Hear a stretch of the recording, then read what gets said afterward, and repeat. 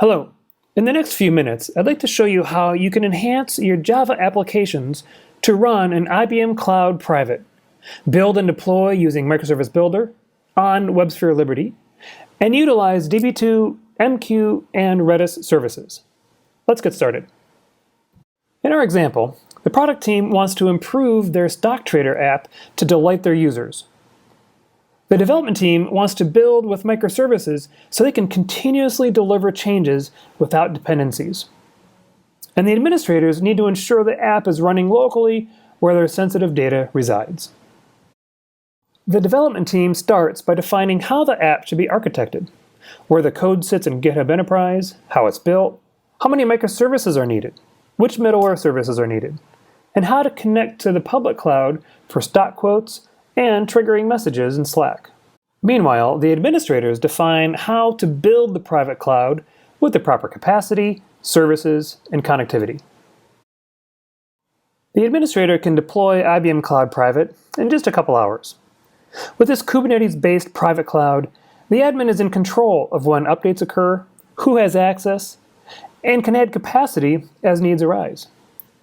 IBM Cloud Private comes with an App Center service catalog, and the built-in orchestration makes managing the cloud and the cloud resources a far simpler experience.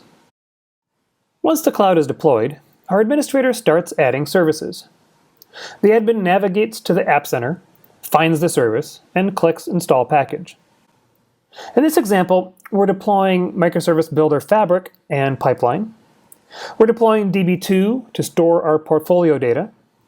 I also installed DSM to manage the databases. We're deploying MQ as our messaging service.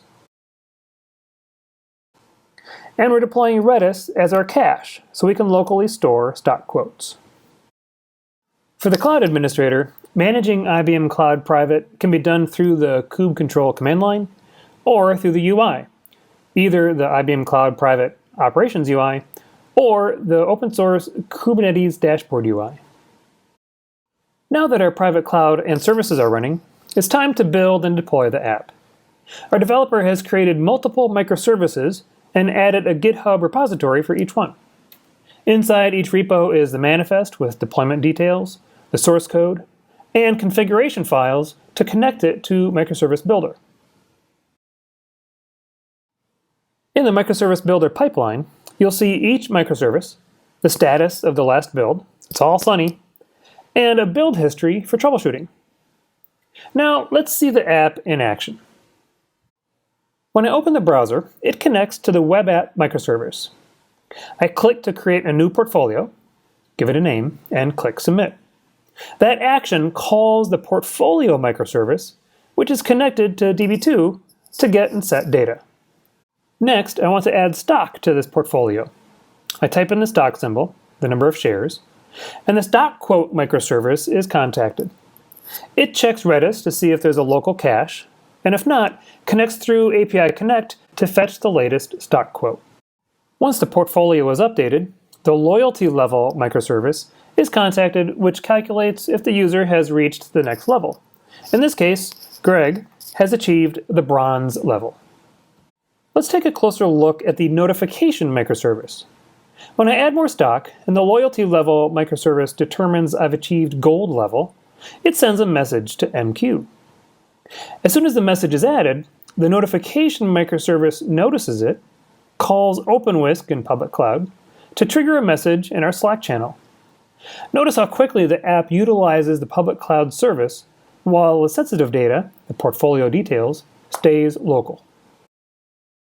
Finally, let's take a peek at DB2 by opening Data Server Manager, or DSM. Not only can I monitor and manage the database, I can run SQL operations, and yep, the values are exactly the same. Well, there it is.